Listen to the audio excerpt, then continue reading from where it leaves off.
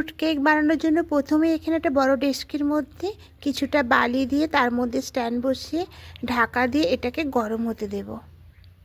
এখানে একটা কমলা লেবুর রস বার করে নিয়েছি, ঠিক এরকম সাইজের কমলা লেবুটা, তাই রস বার করে ছাঁকনির মধ্যে দিয়ে ছেঁকে রসটা বার করে নিয়েছি। আর এর মধ্যে কিছু ড্রাই ফ্রুট দেব। আমি এখানে মোরব্বা আর টুটি ফুটি দিচ্ছি, আপনারা যে কোনো মনের মতো পছন্দের ড্রাই ফ্রুট দিতে পারেন। দিয়ে খুব ভালো করে মিশিয়ে এটাকে রেখে দেব। এখানে ক্যারামেল তৈরি করে নেব, তাই ছোট্ট কড়াইয়ের মধ্যে হাফ কাপ মতো চিনি দেব। চিনিটা প্রথমে নাড়াচাড়া করব না, একটু সময় দেব। দেখুন আপনা আপনি চিনিটা গলতে শুরু করে দিয়েছে। ঠিক এই সময়তে নাড়তে থাকবো, তা অনবরতই নাড়তে থাকবো। তো এইভাবে নাড়তে নাড়তে দেখুন কালারটা চেঞ্জ হচ্ছে আস্তে আস্তে। চিনিটা পুরো গলে যাওয়া অবধি অপেক্ষা করব। হ্যাঁ, চিনিটা গলে গেছে, গলে গিয়ে দেখুন কালারটাও চলে এসেছে। এর থেকে বেশি আর কালার করব না। এবার এখানে কিছুটা জল দিয়ে দেব। জল দিলে চিনিটা এরকম জমে যাবে, এতে ভয় পাওয়ার কোনো কারণ নেই। এটা খুব ভালো করে জাল করলে আবার এটা আগের মতোই হয়ে যাবে। তো দেখুন চিনিটা একদম গলে গিয়ে এইভাবে কালারটা চলে এসেছে। এবার গ্যাসটা অফ করে এটাকে ঠান্ডা হতে দেব। নিচে এর মধ্যে নেবে 1 কাপ চিনি, হাফ কাপ দেব সাদা তেল, আর ওই কাপেরই হাফ কাপ দেব লিকুইড দুধ দেব। দিয়ে ব্যাটার মিহি পেস্ট করে নেব। পেস্টটা করা হয়ে গেছে, এই ব্যাটার বোলের মধ্যে নিয়ে নেব। এইভাবে করে পেস্ট করলে তাহলে চিনিটা খুব তাড়াতাড়ি গলে যায়। এখানে কোনো করতে হবে না, গুঁড়ো চিনি নেওয়ার দরকার নেই, খুব তাড়াতাড়ি হয়ে যাবে।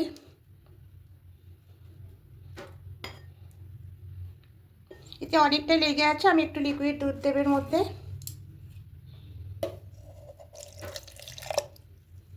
দুধটা দিয়ে খুব ভালো করে মিশিয়ে নেব। এবার নিয়ে নেব মিক্সিতে, যে খুব ভালো করে গুলিয়ে নিয়েছি দুধ দিয়ে। এবার দিয়ে দেব, খুব ভালো করে সব কিছু মিশিয়ে নেব।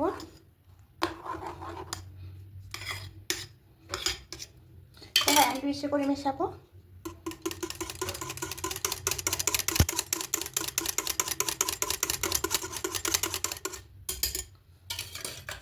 খুব ভালো করে মিশিয়ে নিয়েছি। 1 কাপ চিনি দিয়েছি, 1 কাপের একটু কম সাদা তেল দিয়েছি, আর 1 কাপ লিকুইড দুধ দিয়েছি, আর একটু দিয়েছি। এবার এখানে ওই কাপেরই মাপে 2 কাপ ময়দা, এটা চেলে রেখেছি, এটা দিয়ে দেবো।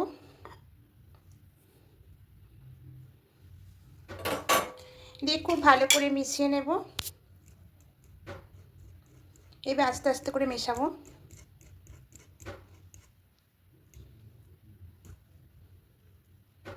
দিয়ে নিয়েছি। এবার যেটা রেখেছিলাম এখানে এটার মধ্যে দিয়ে দেব। দিয়ে সব কিছু আবারও মিশিয়ে নেব।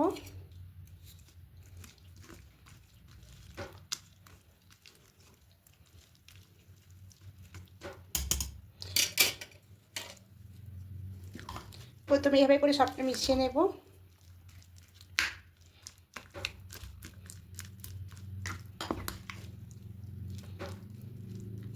এবার যে ক্যারামেলটা করে রেখেছিলাম ওটা এখানে দিয়ে দেব।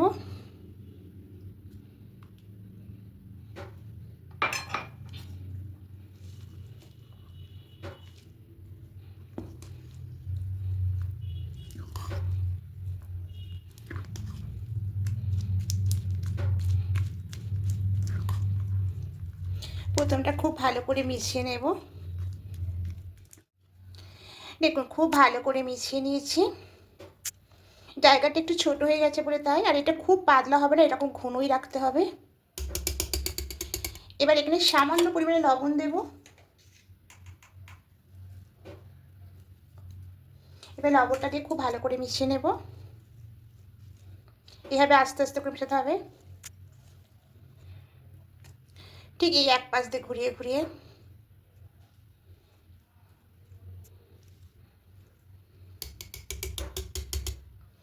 দেখুন কোনোটা ঠিক এরকম হবে।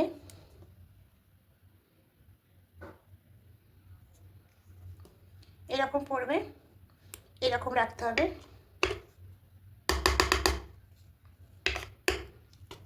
তিনটা আগে থেকে করে নিয়েছি। এখানে সাদা তেল দিয়ে খুব ভালো করে চারদিকটা ব্রাশ করে নিয়ে একটা পেপার লাগিয়ে দিয়েছি, এই যে সাদা পেপার। এই পেপারটা দেওয়া আছে। এবার এই পেপারের মধ্যে সাদা তেল দিয়ে খুব ভালো করে লাগিয়ে রেখেছি। এবার একটা ছাঁকনির মধ্যে 1 চামচ বেকিং পাউডার নেব, আর এই চামচেরই মাপে হাফ চামচ বেকিং সোডা দেব, দিয়ে খুব ভালো করে চেলে নেব। তো এবার এর মধ্যে সামান্য একটু লিকুইড দুধ দেব, দিয়ে আবারও ভালো করে হ্যান্ড উইস্কে করে মিশিয়ে নেব। খুব ভালো করে মিশিয়ে নিয়েছি।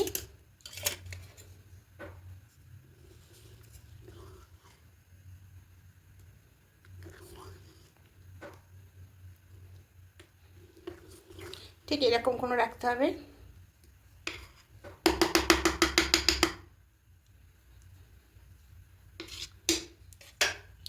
এবার এটা কেক টিনের মধ্যে নিয়ে নেব।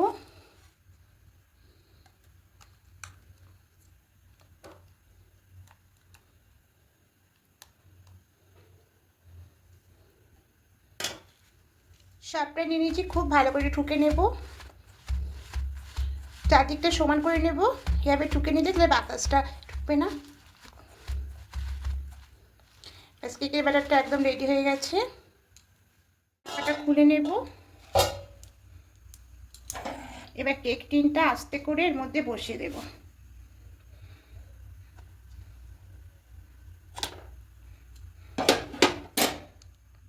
আঁচটা জোরেই করা আছে।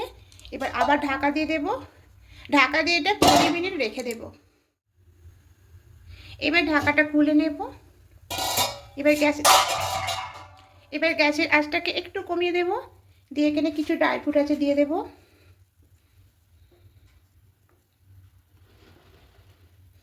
এখানে কিছু মোরব্বা উপর দিয়ে দিলাম।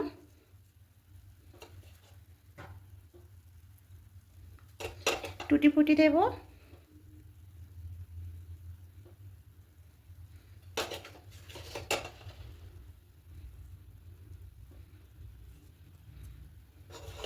কাজু কিশমিশ, কাজুগুলো একটু ভেঙে নিয়েছি, আর কিশমিশ আছে এগুলো দিয়ে দেবো উপর দিয়ে।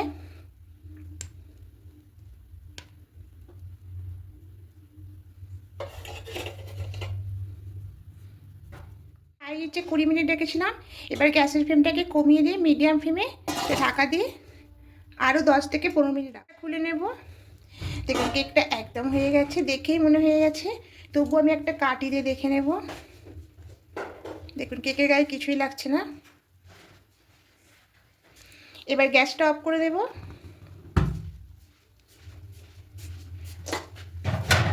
এবার গ্যাসটা অফ করে দিয়ে এটাকে ঢাকা দিয়ে আবার কিছুক্ষণ রেখে দেবো। বালির উপর রাখবো না, যেহেতু খুব গরম হয়ে গেছে বালিটা, তাই এটাকে নামিয়ে নেব।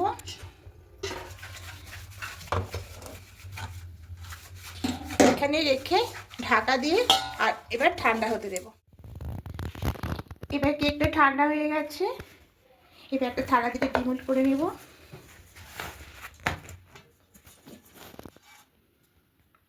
উপর থেকে কাগজটা তুলে নেব।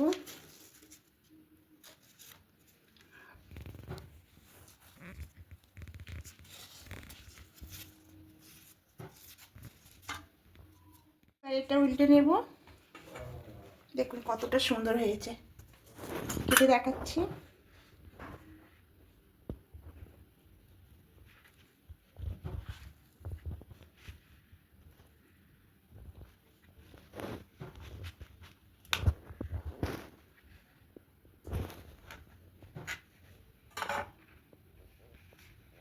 দেখুন কতটা সুন্দর নরম। বাকিগুলো সব পিস পিস করে কেটে নেব। এটা দেখে বুঝতেই পাচ্ছেন কতটা সুন্দর নরম হয়েছে, আর খেতেও দুর্দান্ত হবে। আর যদি বন্ধুরা আমার এই কেকের রেসিপিটা আপনাদের ভালো লেগে থাকে, অবশ্যই কমেন্টে জানাবেন, একটা লাইক করে দেবেন। আর যারা নতুন বন্ধুরা দেখছেন এখনও পর্যন্ত সাবস্ক্রাইব করেননি, তাদের কাছে অনুরোধ রইল সাবস্ক্রাইব করার পাশে থাকার জন্য। আমিও আপনাদের পাশে থাকবো। আবার কোনো রেসিপি নিয়ে চলে আসবো। আজকের মতো টাটা।